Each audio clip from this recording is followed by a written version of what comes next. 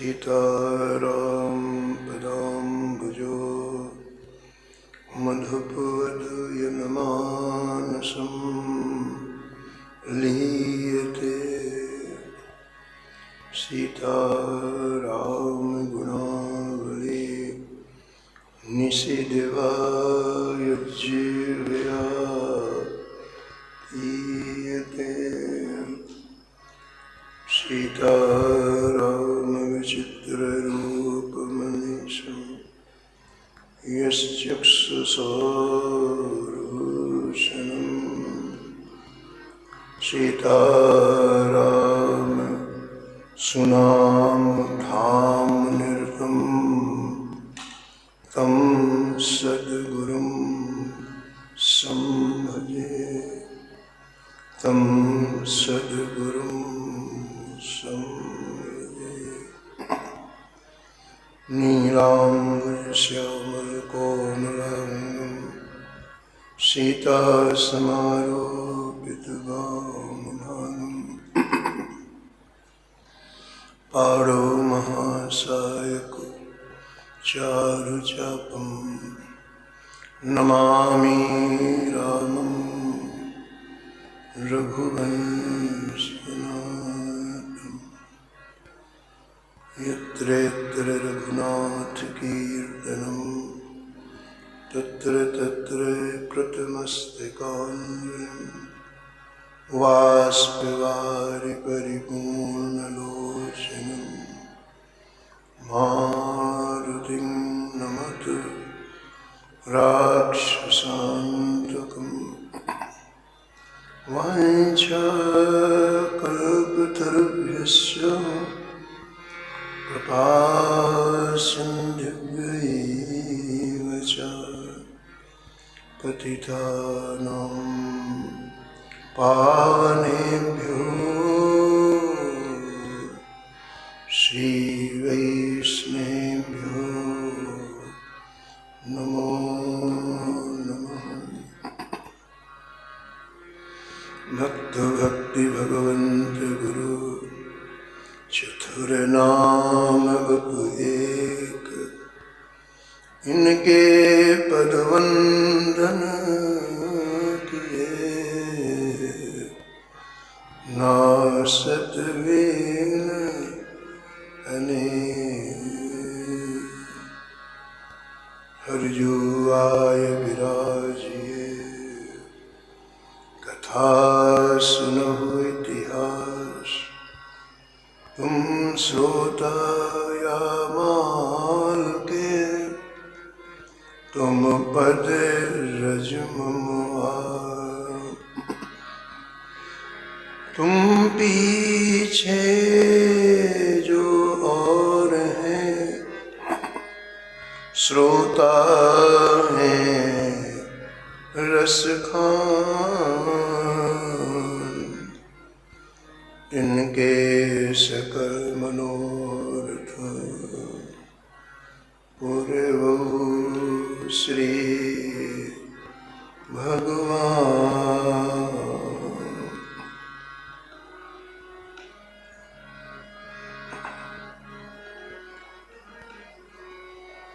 राधे राधे गोविंद राधे।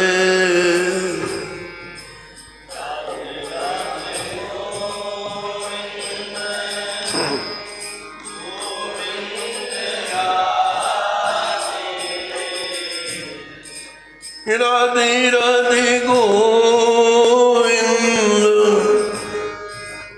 गोविंद राधे।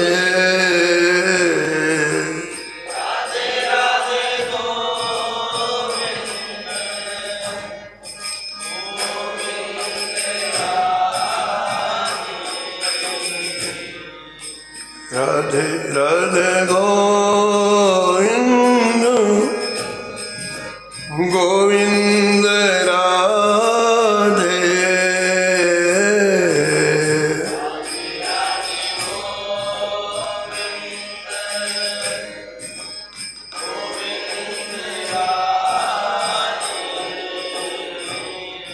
हे राधे राधे गोविंद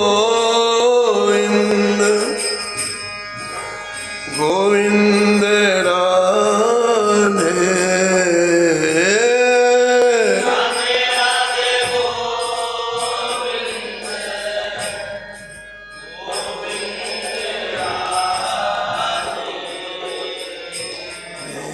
राधे राधे गोविंद गोविंद राधे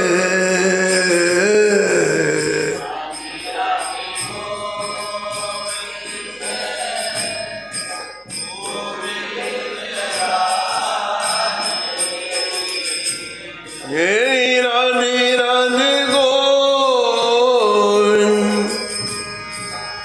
गोविंद राधे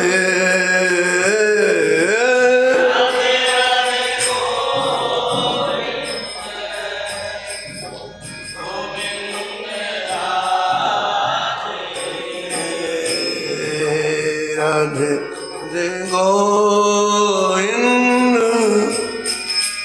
गोविंद राधे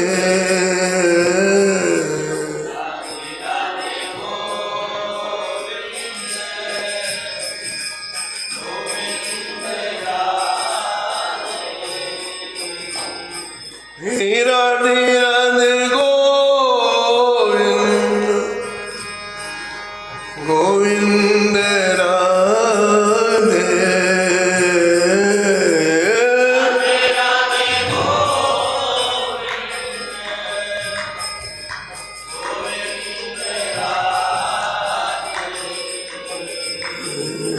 राधे राधे गोविंद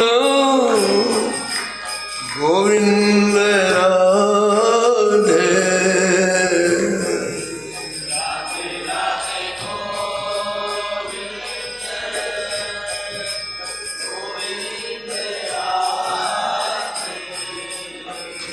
हे राधे राधे गोविंद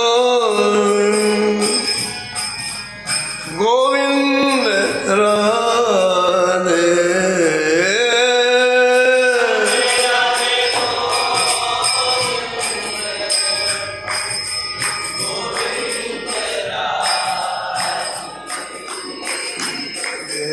राधे राधे गोविंद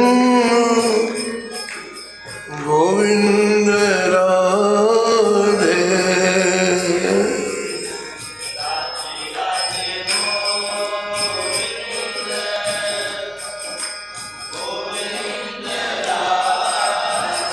श्री जानकी वल्लभ लाल की श्री मंगलमूर्ति हनुमान जी महाराज की सुपरिकर श्री भक्तमान जी की सब संत भगवान की श्री स्वामी अग्रदास जी महाराज की श्री नाभाजी महाराज की श्री प्रियादास जी महाराज की श्री वृंदावन धाम की श्री बांके बिहारी लाल की श्री राधा वल्लभ लाल की श्री गिरिराज जी महाराज की श्री यमुने महारानी की श्री रामनाम महाराज की श्री महाराज जी की जय जय श्री राम।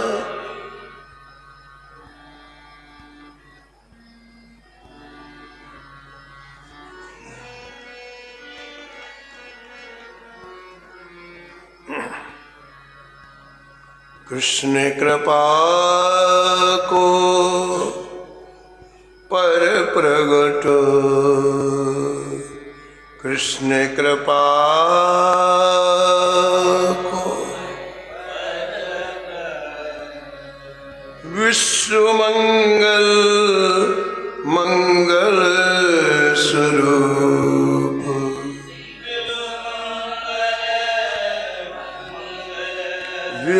मंगल मंगल स्वरूप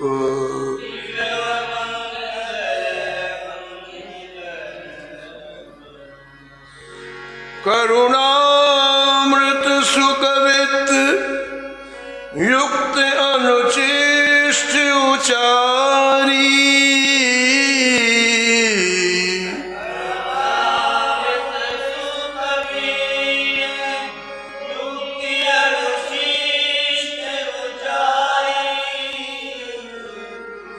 रसिक जनन जीवन हृदय हारावरधारी।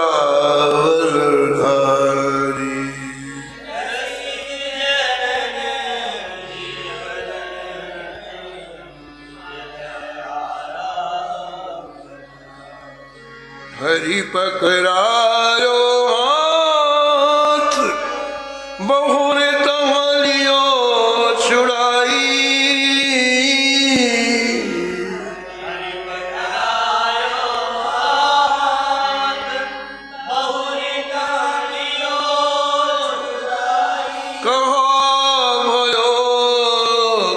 छुटे बदो जो हियते जाए।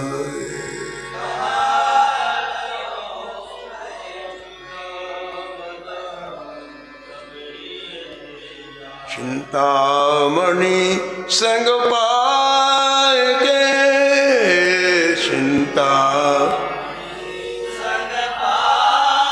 ब्रज बधू के वर्णी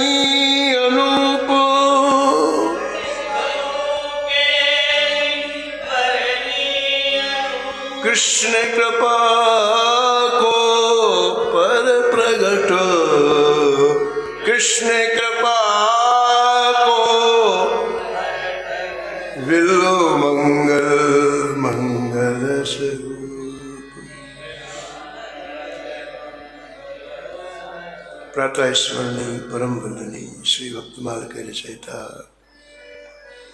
श्री नाभा मौसमी इस छपे में परम भागवत परम रसिक श्री विलोमंगल जी का स्मरण किया है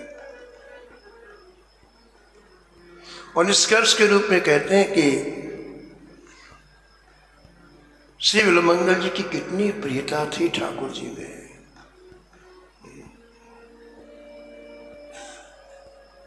विलोमंगल जी का हाथ छुड़ा करके जब ठाकुर जी जाने लग गए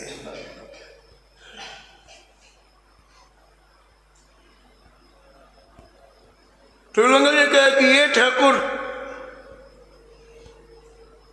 तुम्हें यदि ताकत है तो मेरे हृदय से जाके दिखाओ। हाथ छुड़ा के तो जा सकते हो लेकिन सामर्थ्य हो तो मेरे हृदय से जाके दिखाओ।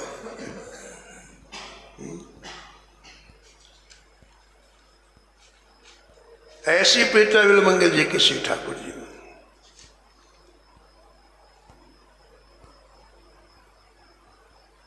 एक भक्त के चरित्र में कैसे उतार चढ़ाव आते हैं, किस तरह से इस यात्रा में भगवत प्राप्ति की यात्रा में भक्त के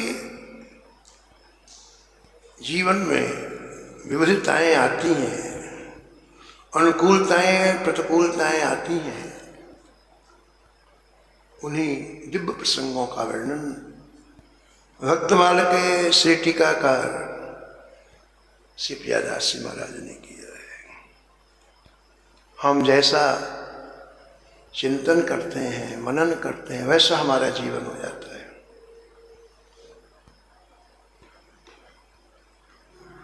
इसलिए सदग्रंथों का अध्ययन करना चाहिए। हर चीज नहीं पढ़नी चाहिए, सदग्रंथों का अध्ययन करना चाहिए। उन्हीं का मनन उन्हीं का चिंतन करने से उन्हें प्राप्त करने की व्याकुलता होती है। जीवन में भगवान की जितनी आवश्यकता ज्यादा होगी उतनी ही शीघ्रतापूर्वक ठाकुर जी मिलेंगे। जीवन में आवश्यकता कम होगी तो कई जन्मों के बाद ठाकुर जी मिलेंगे। ठाकुर जी का मिलना न मिलना हमारी आवश्यकता के अनुसार है। उस आवश्यकता को बढ़ाना है। हम संसार में देखते हैं, हम कहते भाई इस चीज के बिना हमारा काम नहीं चलेगा, कहते ना, ये बड़ी आवश्यक है, इसके बिना हमारा काम नहीं चलेगा। ऐसे एक दिन ऐसा जीवन में आए कि हम कहें कि ठाकुर जी के बिना हमारा काम नहीं चलेगा। जीवन में ठाकुर जी परम आवश्यक हो जाएं तो ठाकुर जी उसी दिन आपको मिल जाएंगे। सारा खेल आवश्यकता का है। लोग भगवत प्राप्ति के लिए चल रहे हैं, लेकिन आवश्यकता का प्रतिशत अपना अपना है। किसी की स्थिति तो यह है कि देखे बिन प्रभु कलना परत है, उन्हें कुछ भी नहीं दिखाई पड़ रहा संसार का, कुछ भी, केवल ठाकुर। क्या हुआ, कौन आया, कौन गया, कौन, कुछ नहीं पता चला। शिला मुल्ला ने पूज हरि बाबा थे, तो जब भारत पाकिस्तान का बंटवारा हुआ तो जिसने बंटवारा कराया था, जिन्ना नाम था उसका, जिन्ना। जब उसकी मृत्यु हुई तो एक महात्मा पूज हरि बाबा जी के पास पहुंचे और बाबा, वो जिसने बंटवारा किया था पाकिस्तान का, वो जिन्ना मर गया आज। हरि बाबा बोले कौन, क्या है जिन्ना? उन्हें बाहर की दुनिया का कुछ होश ही नहीं। उनको तो भगवत प्राप्ति में थे, बाहर क्या हो रहा है कुछ पता नहीं। तो जिनकी ऐसी आवश्यकता है, देखे बिन प्रभु कल ना परत है, चैन नहीं है, उनके सामने ठाकुर जी को आने में बिल्कुल देर नहीं है। और जिनके जीवन में एक क्रम है कि अरे देखो भाई, फुर्सत मिले तो भजन करो, पहले जरूरी काम कर लो। जरूरी काम क्या है? दुकान चलाना जरूरी काम है, फैक्ट्री चलाना जरूरी काम है, कोर्ट में जाना जरूरी काम है, पहले काम करो। अरे भाई एक दिन भजन नहीं हुआ तो कौन सी आफत है? यानी भजन जरूरी नहीं है, ये जरूरी है। और एक बात का ध्यान रखना चाहिए कि हम जैसा सोचते हैं ठाकुर जी एक एक बात सुनते हैं। ठाकुर जी को पता चल जाता है कि हम जरूरी नहीं है, इसलिए ठाकुर जी और पीछे हो जाते हैं। बोले भैया भाई तुम जरूरी वालों को अपने पास रखो, हम तो एक्स्ट्रा है।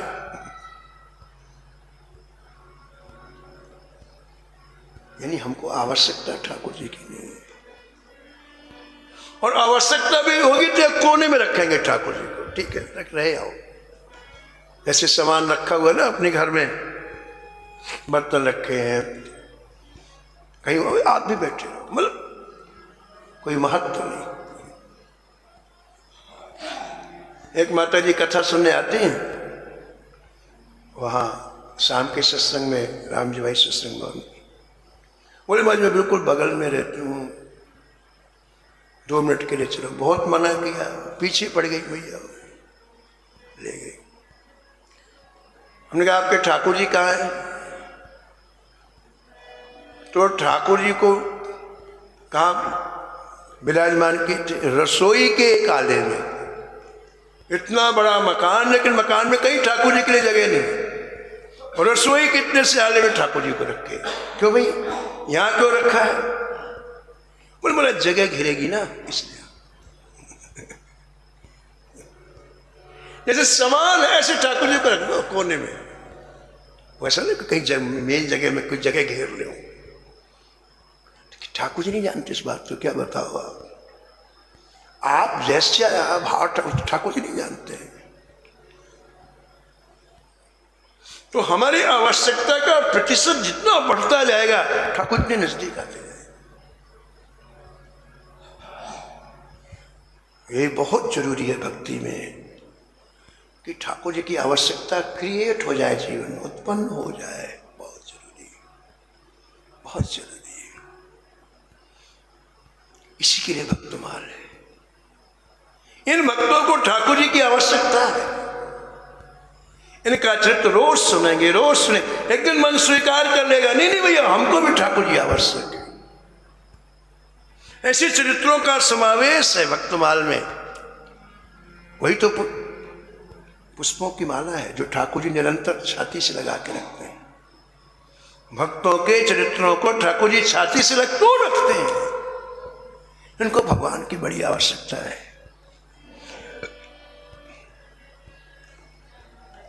जंगल में ऋषि मुनि रह रहे हैं, भजन कर रहे हैं, गृहस्थ गृह जीवन या संसार के सुखों को तिलांजलि दे दी, ब्रह्मचर्य पूर्वक जीवन जी रहे हैं, वेदों का अध्ययन कर रहे हैं, तपस्वी जीवन जी रहे हैं। जंगल में कोई सुविधाएं थोड़ी है, तपस्वी जीवन जी रहे हैं। तो तुमको भगवान की आवश्यकता है तभी तो ऐसा कर रहे हैं ना।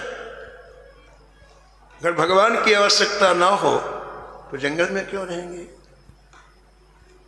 ऐसा सदाचारपरायण जीवन क्यों जिए? तो रहते हैं ऋषि, हजारों ऋषि रहते हैं, ठीक है। अब भगवान श्री राम का जब वनवास हुआ तो भगवान श्री राम उस जंगल से गुजरे जहां ये ऋषि मुनि अपनी कुटियाएं बना करके रह रहे थे। कुल भीलों के द्वारा पता चला कि श्री राम प्रभु आ रहे हैं, तो स्वागत के लिए महाराज सब अपनी कुटियाओं के बाहर खड़े हो गए, आरती सजा करके, फूल मालाएं लेकर के सब खड़े हो गए। लेकिन उसी जंगल में सबरी रहती है जिसे न वेद की ऋचाओं का ज्ञान है, जिसे न पवित्रता का ज्ञान है, लेकिन उसको व्याकुलता है ठाकुर जी के लिए। उसी शास्त्रों का कोई ज्ञान नहीं है और कहते हैं कि वो भीलनी है, लेकिन उसे व्याकुलता है ठाकुर जी के लिए, उसे आवश्यकता है ठाकुर जी की। इसलिए 24 घंटे में 10 बार तो मार को बुहार आती है, मेरे राम यहाँ आएंगे, कहीं कंकड़ ना चुभ जाए, कहीं पत्थर ना चुभ जाए, कहीं कोई कष्ट ना हो जाए। 10 बार कुटिया में गोबर से लिपती है अपनी कुटिया के फर्श को, किसी ठाकुर जी बैठेंगे तो कम से कम कोमल तो रहे फर्श। ठाकुर जी थके हुए आएंगे तो कुछ खिलाने के लिए फल लाते 10 बार। राम नहीं आए फिर उसको कोई उसका उत्साह भंग नहीं, फिर प्रातःकाल यही करते। उसके जीवन में और कोई चाह नहीं है, केवल राम चाहिए।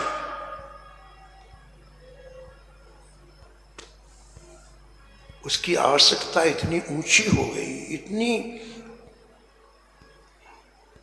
चरमोत्कर्ष बिंदु में पहुंच गई कि वो जो माला लिए हुए खड़े हुए हैं, आरती सजाए हुए खड़े हैं, उनके पास राम नहीं रुके। देखो ये आवश्यकता का प्रतिशत अपना, हम सब ठाकुर जी की तरफ चल रहे हैं, लेकिन आवश्यक कितने हैं ठाकुर जी? और जिसको जितने आवश्यक उतने प्रतिशत में ठाकुर इसके समीप में आते हैं। तो ऋषि मुनियों के पास नहीं रुके राम जी, वो भी तो भजन कर रहे हैं। लेकिन इस समय जिसको ज्यादा आवश्यक है ठाकुर जी वहां जाएंगे। ठाकुर जी की लीलाएं अलग अलग हैं। जब प्रेमियों के पास जाते हैं तो फिर किसी से नहीं मिलते, केवल प्रेमी के पास ही जाते हैं। क्या ठाकुर जी ऋषि मुनियों का अपमान करते हैं? कभी नहीं।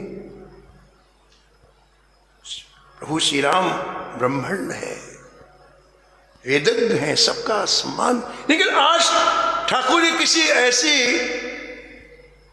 ऐसे प्रेमी के यहां जा रहे हैं जिसे उनके सिवा और कुछ चाहिए ही नहीं, परम आवश्यक है जिसके लिए ठाकुर जी। और तब ठाकुर जी किसी की तरफ नहीं देखते। वो आरती लिए, माला लिए, ऋषि मुनि खड़े हैं 3 घंटे से बाहर कुटिया के। राम जी आए, ना उनसे नाम पूछा, ना उनका कुशलता पूछी। उनसे पता क्या पूछते हैं? महाराज सबरी की कुटिया आपने देखी है?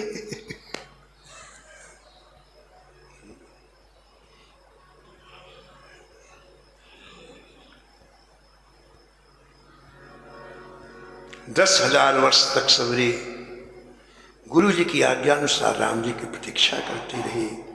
आज 10,000 वर्ष के बाद राम जी आए हैं। कितनी प्रसन्नता सबरी को, उसका वर्णन नहीं किया।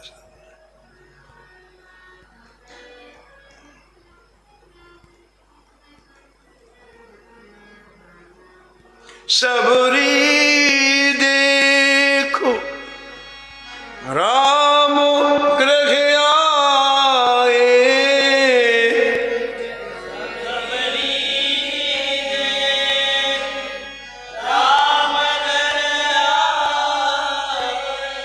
मुनि के बचन समुझे जिया भाई। मुनि के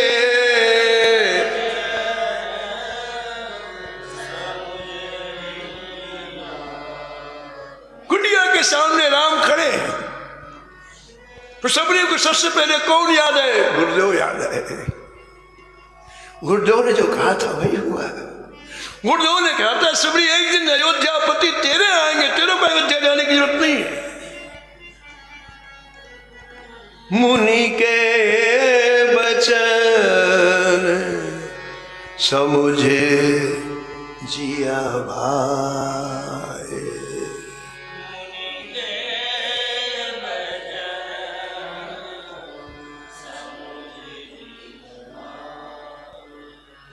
निहारने लगी उस रूप माधुरी को। अतिशय सुंदर है ठाकुर जी, जिनको देखने के बिना नेत्रों को कभी तृप्ति नहीं होती है। आंख कान नाक सब श्री ठाकुर जी के रूप माधुरी के लिए ललायत है, खोज रहे हैं वो सुख, लेकिन संसार में वो सुख नहीं मिलता है, इसलिए फिर आगे बढ़ते हैं, फिर आगे। आंखें कहीं सुंदरता देखती हैं, लेकिन वहां जब तृप्ति नहीं हो तो फिर दूसरे को, फिर तीसरे को, फिर चौथे को। लेकिन भगवान की रूप माधुरी ने आंखें देखती तो स्थिर हो जाती।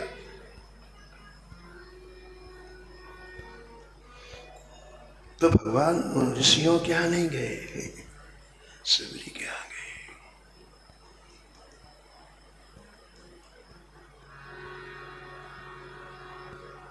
आवश्यकता जीवन में श्री ठाकुर जी की प्रादुर्भूत करना बहुत जरूरी है। श्री प्रियादास जी महाराज कहते हैं कि गुरुदेव के आश्रम में रहकर, श्री सोमगिरी जी के आश्रम में रहकर के श्री विल्वंगल जी ने श्री धाम वृंदावन के रसिकों की वाणी को पढ़ा, उनके लिखे हुए ग्रंथों को पढ़ा,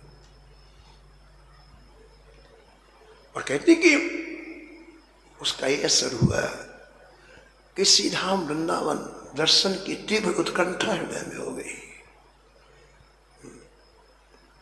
कब जाऊं वृंदावन, कब जाऊं, कब जाऊं, कब जाऊं। रात रात भर होते रहते। जीवन का वो दिव्य क्षण कब आएगा जब मैं श्री धाम वृंदावन की रस को प्रणाम करूंगा।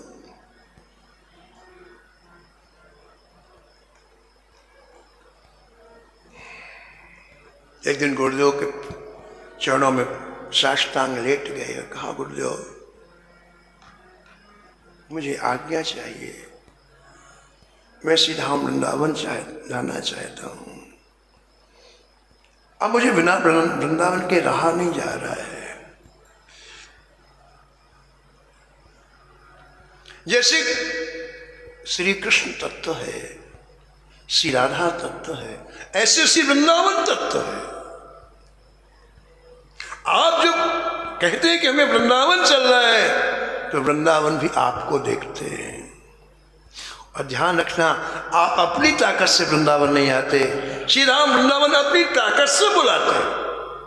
किसी जीव में सामर्थ्य नहीं है कि अपनी सामर्थ्य से भगवान के नाम को प्राप्त करे, भगवान के रूप को प्राप्त करे, भगवान की लीला को, भगवान के धाम को। ये अनुग्रह करते हैं, तब जीव यहां आता है। किसके द्वारा अनुग्रह करते हैं? धाम किसके द्वारा? अपने संतों को भेज करके अनुग्रह करते हैं। हम लोग छोटे छोटे थे, हमको पता ही नहीं वृंदावन कहाँ है, और यहाँ के संत जब जाते हैं और जो वृंदावन की महिमा का वर्णन करते, हम लोग लगता है हम लोग कभी वृंदावन देखेंगे क्या? उन संतों की याद आती है, कैसा झूम करके महाराज श्री राम वृंदावन का वर्णन करते, श्री बिहारी जी का वर्णन करते।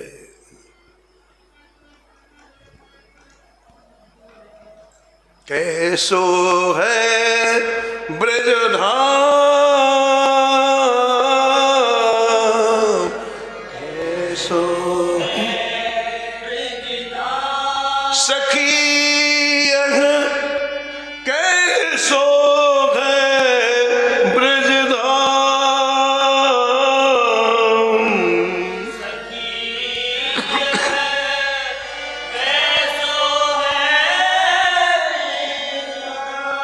कैसो है ब्रजधाम, कैसो है सखी कैसो है ब्रजधाम,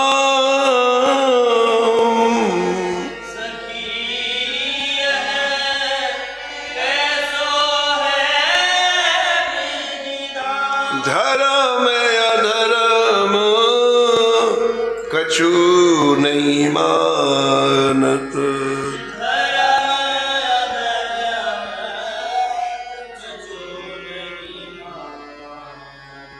छके प्रेम घनश्याम,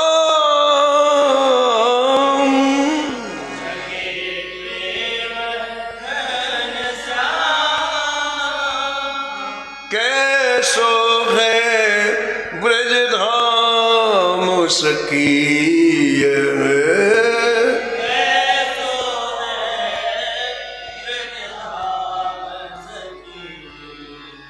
शिव सनकादिक और ब्रह्मादिक,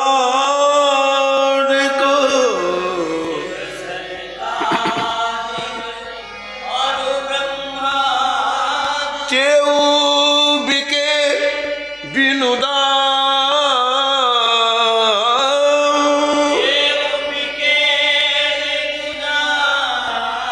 कैसो है ब्रजधाम सखी,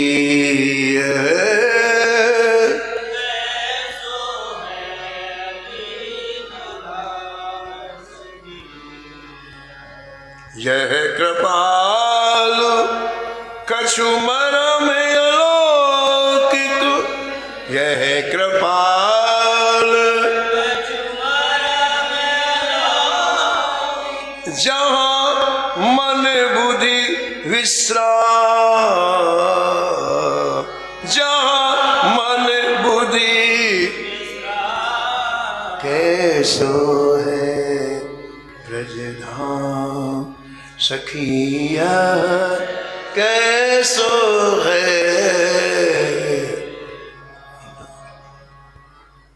वृंदावन तत्व भी, और जब हम श्री धाम वृंदावन को याद करते हैं तो श्री धाम वृंदावन हमें खींचते और अपनी सामर्थ्य से श्री ठाकुर जी धाम में लाते हैं। तो गुरु जी के चरणों में प्रणाम करके कहा, जय जय, मुझे श्री धाम वृंदावन के दर्शन की बड़ी तीव्र उत्कंठा हो रही है, आप आज्ञा प्रदान करें। तो गुरु जी ने कहा ठीक है, आशीर्वाद जाओ। आज्ञा पाते ही आप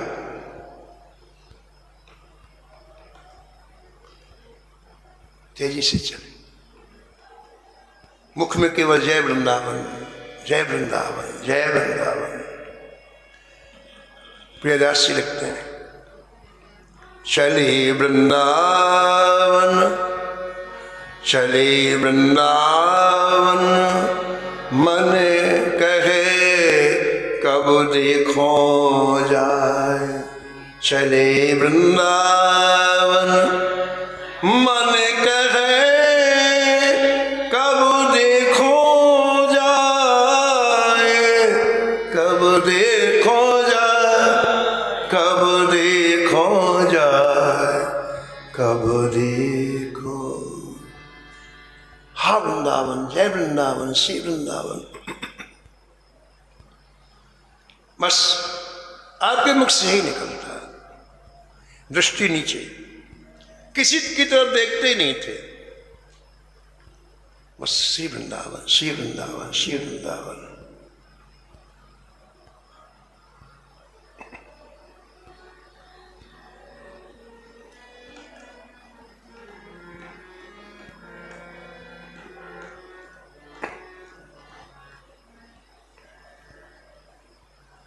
करीब आधी दूरी तय कर ली वृंदावन की।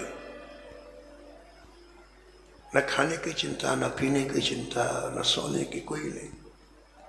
कब वृंदावन पहुंचूं, कब वृंदावन पहुंचूं। एक प्रसंग का वर्णन करते हैं श्री प्रियादास जी महाराज के। एक दिन चलते चलते रात्रि हो गई तो आपने सोचा कि एक वृक्ष के नीचे मैं भगवान नाम लेते हुए रुक जाता हूं, प्रातःकाल यहां से चलूंगा। तो आप वृक्ष के नीचे खड़े होकर के है जय वृंदावन, श्री वृंदावन, इसी नाम की रटन लगा रहे थे। वो वृक्ष एक सरोवर के किनारे था और उस सरोवर से के पास एक गांव था। उस गांव में रहने वाले रोज खेती करने के लिए प्रातःकाल घर से निकल जाते हैं। किसान लोग प्रातःकाल खेत में जाते हैं, काम करना होता है। तो उस गांव से कुछ लोगों का समूह आया खेतों में जाने के लिए, और रास्ता वहीं से था जहां एक वृक्ष के नीचे खड़े थे जय वृंदावन, श्री वृंदावन। तो इनके की जो दर्द भरी आवाज निकल रही थी उसको सुनकर के सबके सब खड़े हो गए।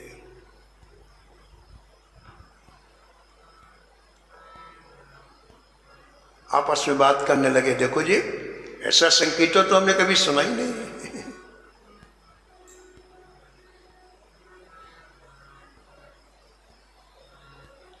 10 आए, 20 आए, 100 हो गए। गांव वाले तो जाते हैं खेत में, कईयों के खेत थे, तो 10 को रुका हुआ देख के फिर 20 रुक गए, फिर 40 रुक गए, फिर 100 रुक गए। 100 लोगों की बात की आवाज तो कानों में तेजी से फटती ना। पहले 10 लोग प्रशंसा किए, फिर 20 किए, फिर 50, फिर 100, और 100 लोग प्रशंसा करने लगे, भाई क्या बात है, ऐसा संकीर्तन तो हमने कभी सुना नहीं, ऐसा दर्द से भरा हुआ। जय जय श्यामा, जय जय श्याम,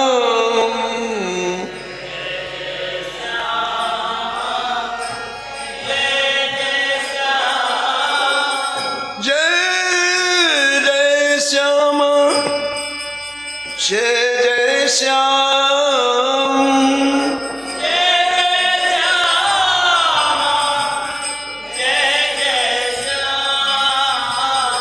जय जय श्री वृंदावन धाम,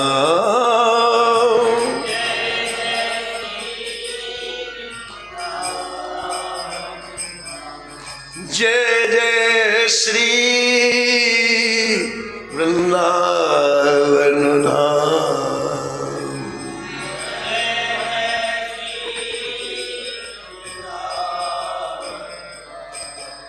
तो लोग प्रशंसा करने लगे, वाह वाह वाह वाह। एक मनुष्य की कमजोरी है, बहुत बड़ी कमजोरी है। वो कमजोरी क्या है? हर व्यक्ति अपनी प्रशंसा सुनना चाहता है। ये जीव की बहुत बड़ी कमजोरी, और यही जीव पकड़ा जाता है। पूज्य महाराज जी श्रीमथुरादास जी महाराज कहते थे कि प्रशंसा मीठी छुरी है, गला काटती भी अच्छा भी लगता है। हमारी गला कट रहा है, हमको बड़ा अच्छा लगता है।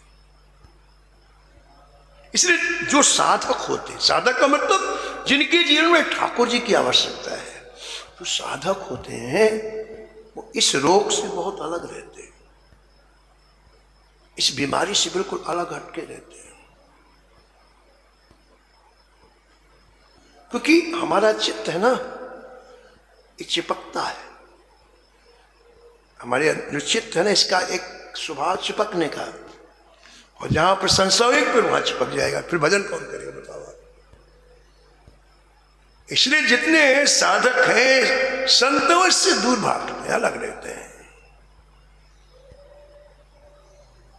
अब देखो आप इसी बात को यहां इंगित कर रहे हैं प्रियादास जी महाराज।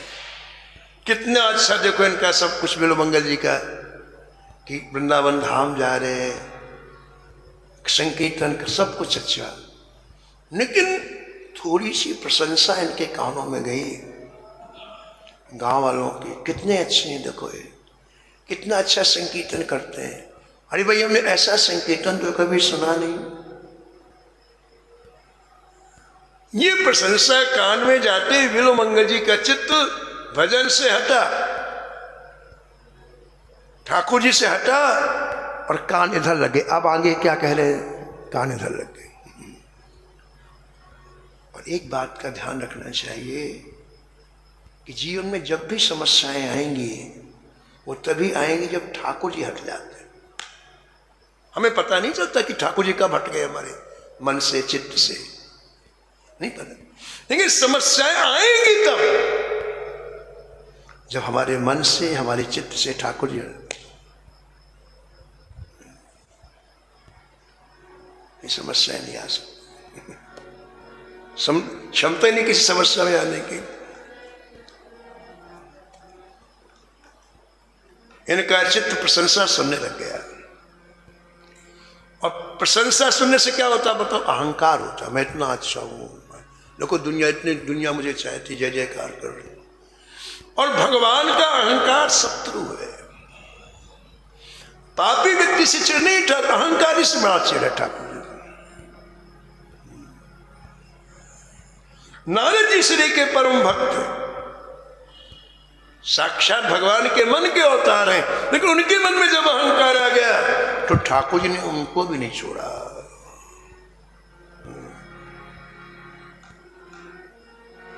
सारी समस्याओं की जड़ अहंकार है।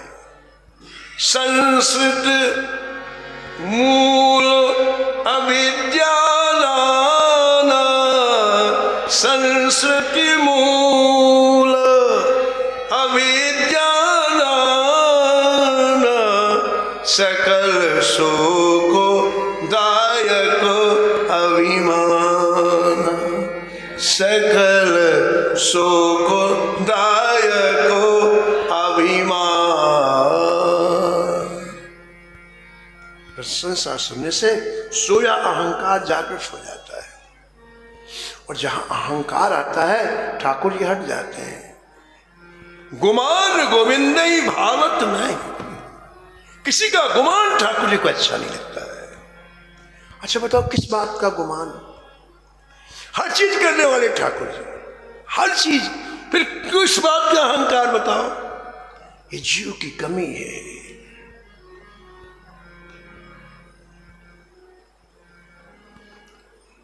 तो प्रशंसा सुनने में बिल्वमंगल जी का मन लग गया, और जब प्रशंसा खूब सुनी तो अहंकार आ गया।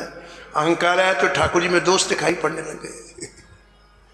अहंकारी व्यक्ति हमेशा दूसरे के दोष देखता है, एक प्रकृति है। जो जितना किसी की निंदा करे उस समझ में इतना बड़ा अहंकारी है। अहंकारी व्यक्ति किसी में गुण नहीं देख सकता, दोष ही देखेगा। तो बिल्वमंगल जी ठाकुर जी में दोष देखने लग गए। क्या, अरे देखो हम इतने दिन से भजन कर रहे हैं और अभी तक हमको दर्शन नहीं दिया। ये लोग देखो कितनी हमारी प्रशंसा कर रहे हैं, और ठाकुर जी कितने निष्ठुर हैं।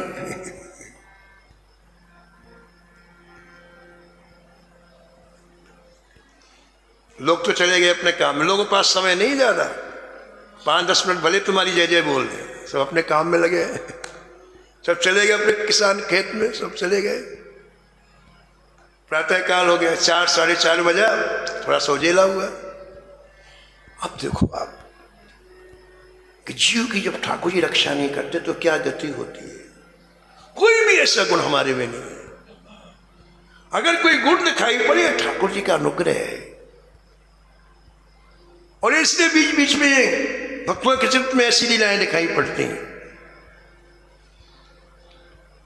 ठाकुर जी ने अपने आप को अलग कर लिया बिल्वमंगल जी से, और बिल्वमंगल जी क्या हो गए देखो आप, जो पहले थे वही हो गए। यानी ठाकुर जी के लिए रोना, ठाकुर जी के लिए विरह, ठाकुर जी की चाह, ये ठाकुर जी ही उत्पन्न करते हैं, हमारी चीज नहीं है कि समझ हमको भगवान के लिए ऐसा, ना ना ना। तो जब इनको अहंकार आया तो ठाकुर जी ने अपने आप को अलग कर दिया, और बिल्वमंगल जी से ठाकुर जी थोड़ा अलग हुए तो क्या हुआ देखो आप, फिर संसार की चाह उत्पन्न हो गई। प्रातःकाल का समय था, सरोवर में गांव की कोई नवयुवती स्नान करने के लिए आई थी। वो प्रातःकाल स्नान करके फिर घर का काम करती थी। घर में के सारे काम करने होते तो प्रातःकाल स्नान करने आती। और गांव के बाहर सरोवर हो, कुएं हो, लोग वहीं से पानी की पूर्ति होती थी। तो प्रातःकाल वो आई और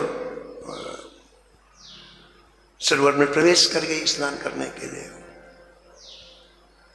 उसने देखा कि कोई यहां पर सरोवर में है। उन्हें वृक्ष के पास खड़े हुए इन्होंने आंख खोली तो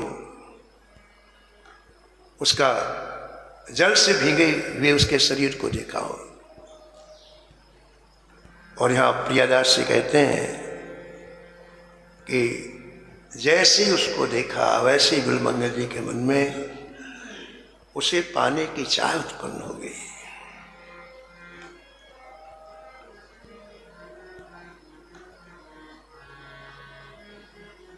पर्यो बड़ो सोर द्रग को रुक हो न चाहे कहूँ, पर्यो बड़ो सोर द्रग कोर के न चाहे कहूँ, ताहा सरतिया हाथी देख आवेरी जिए, जहाँ सरतिया देख आवे लीजिए,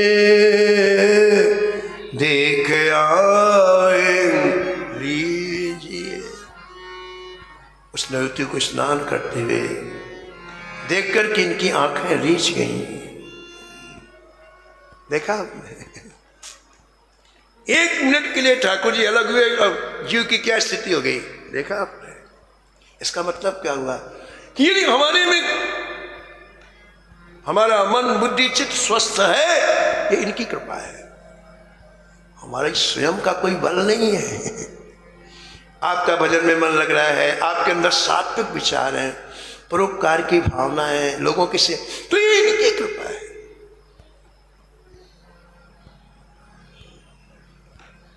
नारद जी ने भजन किया हिमालय की गुफाओं में, इतना भजन किया कि देव राजेंद्र को लगा ऐसा ना हो कि हमारा सिंहासन ले ले। तो देव राजेंद्र ने कामदेव को भेजा कि भजन से इनके चित्त को अलग करो। कामदेव आए, बड़ा प्रयास किया, लेकिन ऐसा चित्त लगा था नारद जी का कि कामदेव की सेना अप्सराएं बसंती कुछ नहीं कर पाई। जब कुछ नहीं कर पाए तो कामदेव घबराया कि कहीं सांप न दे दे मुझे। तो बोला प्रणाम करके क्षमा मांग लो। कामदेव ने प्रणाम किया, भगवान मुझे क्षमा कर दो, मेरे से बहुत बड़ी गलती। तो आंख खोली, अभी तो आंखें ही बंद थी, नारद जी के डूबे थे भजन में। आंख खोली, देखा कामदेव खड़ा है हाथ जोड़े हुए। तो बोले नहीं कोई बात नहीं, जाओ जाओ। कामदेव चला गया। लेकिन उसी समय नारद जी को अहंकार आ गया, मैंने कामदेव को मैंने जीत लिया। ठीक है, अहंकार है तो ठाकुर जी अलग हो गए। जिन ठाकुर के बल पर, भजन के बल पर तो जीता ना बाबा।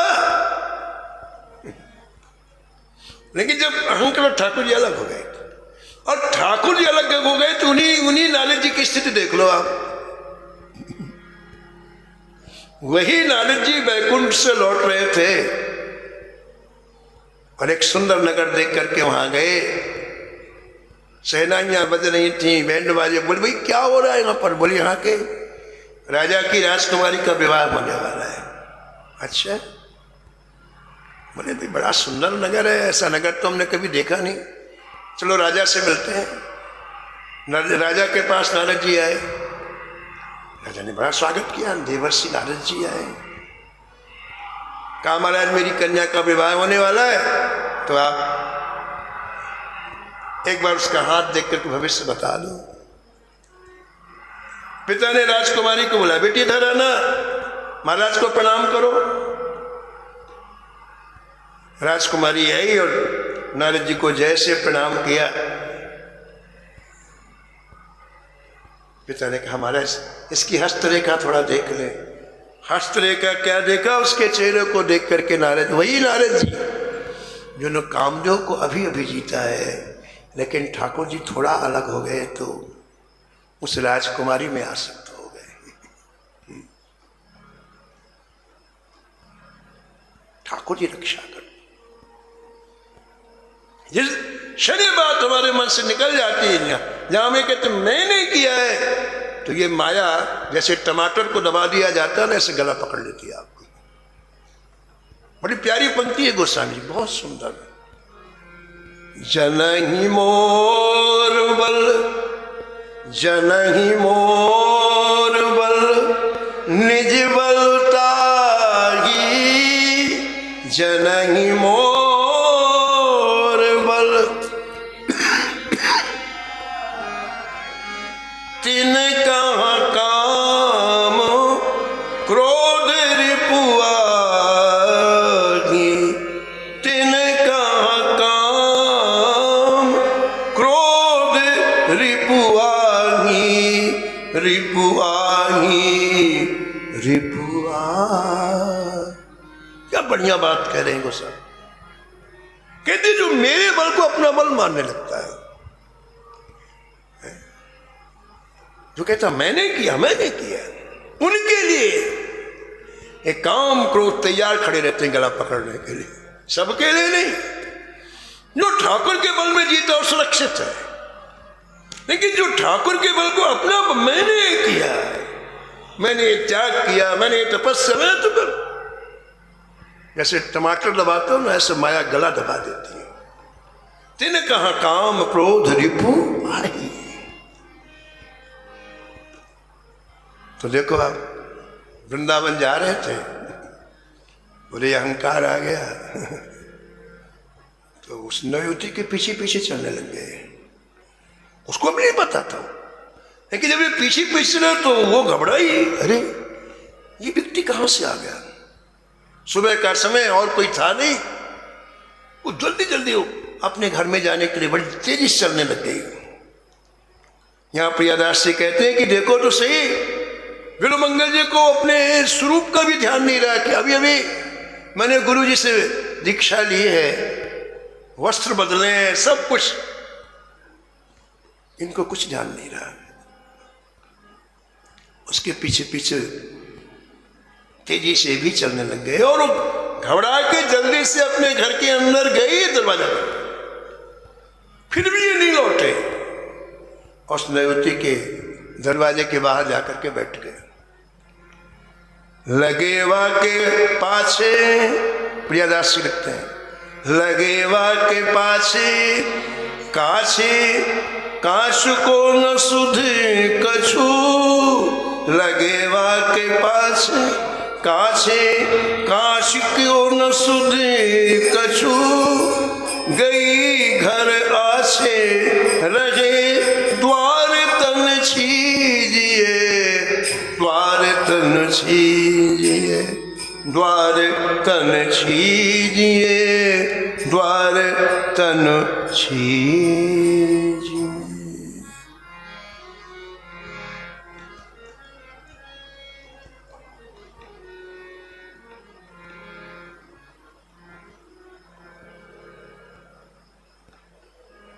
ग्रंथकार कहते हैं कि यहां माया की प्रबलता का फिर बोध कराया है। श्री ठाकुर जी की अत्यंत प्रबल माया है। और गीता में क्या है कि इस माया की दीवार को मेरे बल से जीव लांघ सकता, अपने बल से नहीं। मम माया दुरत्या। और तीसरी चीज ग्रंथकार कह रहे हैं कि देखो, कभी कभी हमारा पहले का अभ्यास जग जाता है। अब बिलमंगल जी तो चिंतामणि के साथ में रहना, तो वो मन के कुछ संस्कार कभी कभी जग जाते हैं। आज भी यही हुआ, वो कुछ संस्कार जग गए और इनको वृंदावन भूल गया, हरिनाम संकीर्तन भूल गया। और अब बस ये युवती मुझे कैसे प्राप्त हो जाए, एक शायद मन में उत्पन्न हो गई। लोक लज्जा संकोच सब भूल गए, उसके दरवाजे पर बैठे। उसने दरवाजा बंद करने से दरवाजे पर बैठे। आयो वा को पति, हाँ आयो वा को पति, द्वार देखे भागवत, हाँ आयो वा को पति, द्वार देखे भागवत, ठाणे बड़े भागवत, पूछी बधु सो जनाइए, बधु सो जनाइए, बधु सो जनाइए। घटना एक है लेकिन दृष्टि अपनी अपनी। एक ही घटना लेकिन दृष्टि अपनी अपनी है। और जिसकी जैसी दृष्टि वैसी सृष्टि। आप संसार को जैसा देखेंगे संसार आपके लिए वैसा है। इन प्रसंगों से पता चलता है, दृष्टि से आपकी जैसी संसार वैसा देखो। देखो आप, वो नवती अंदर दरवाजा बंद करके, बाहर बिलमंगल जी बैठे हैं, इसका एक बार दर्शन हो जाए। और उसके पति काम से कभी कहीं बाहर गांव गए थे, वो लौट करके आए। घर में आए तो क्या उन्होंने क्या देखा? उन्होंने क्या देखा कि एक वैष्णव हमारे दरवाजे पर बैठे। बिलमंगल जी को देख करके एक संत हमारे दरवाजे पर बैठे। अरे ये तो अन्याय है, संत आए और दरवाजा बंद रहे, उनका सम्मान न हो। तो चौंक गए और बड़ी जोर से आवाज लगाई पत्नी, क्या कर रही हो? इतने महान संत बाहर बैठे और दरवाजा बंद करके तुम अंदर हो, दरवाजा खोलो। अब देखो, इनके पति को परम संत दिखाई पड़ रहे हैं। अब पति ने दरवाजा खोला और जैसे दरवाजा खोला तो आपने सम्मान पूर्वक श्री बिलमंगल जी को सुंदर आसन में विराजमान कराया। और जो एक संत के आदर करने की परंपरा हो की आपने, चरण धोए, पुष्पमालाएं पहनाई, नैवेद्य रखा, आरती की और साष्टांग प्रणाम किया। प्रियदास लिखते हैं, कहीं जू पधारो पाओ, कहीं जू पधारो, धारो ग्रह पावन को, कहीं जू पधारो पाओ, धारो ग्रह पावन को, पावन पखारो जल, ढारो शीस भाइये, पावन पखारो जल, ढारो शीस भाइये, ढारो शीस भाइये। क्या बात! आपकी निष्ठा का पता चलता है ऐसे समय में, कच्ची निष्ठा है कि पक्की निष्ठा है। भगवान कभी कभी निष्ठा की परीक्षा लेते हैं कि अंदर तक भाव है कि ऊपर ऊपर का भाव। कभी कभी ठाकुर जी ऐसी लीला करते हैं इसमें लिखा है कि जैसे इनकी गृहिणी ने दरवाजा खोला, ये जो परम भागवत इनके पति बाहर से आए थे और अंदर जाके कहा कि तुमने अभी तक अंदर संत को बुला करके सम्मान नहीं किया। दरवाजे में तो उनकी पत्नी ने सब कुछ बता दिया। बधू सो जनाइए कि कैसे मैं स्नान करने गई और कैसे मेरे पीछे पीछे ये दौड़ करके आने लग गए। इनके चित्त की स्थिति अच्छी नहीं है, इनकी दृष्टि अच्छी नहीं। ये जो कहने की जो रीति है उसने सब कुछ बता दिया। इतना सुनने के बाद भी इनके हृदय में संत के प्रति कोई किसी तरह का न्यून दोष दृष्टि नहीं आई। ये निष्ठा है। बधू सो जनाइए, पत्नी ने सब कुछ बता दिया, लेकिन जैसे परम भागवत का सम्मान किया जाता है, परम भागवत का इन्होंने सब कुछ किया।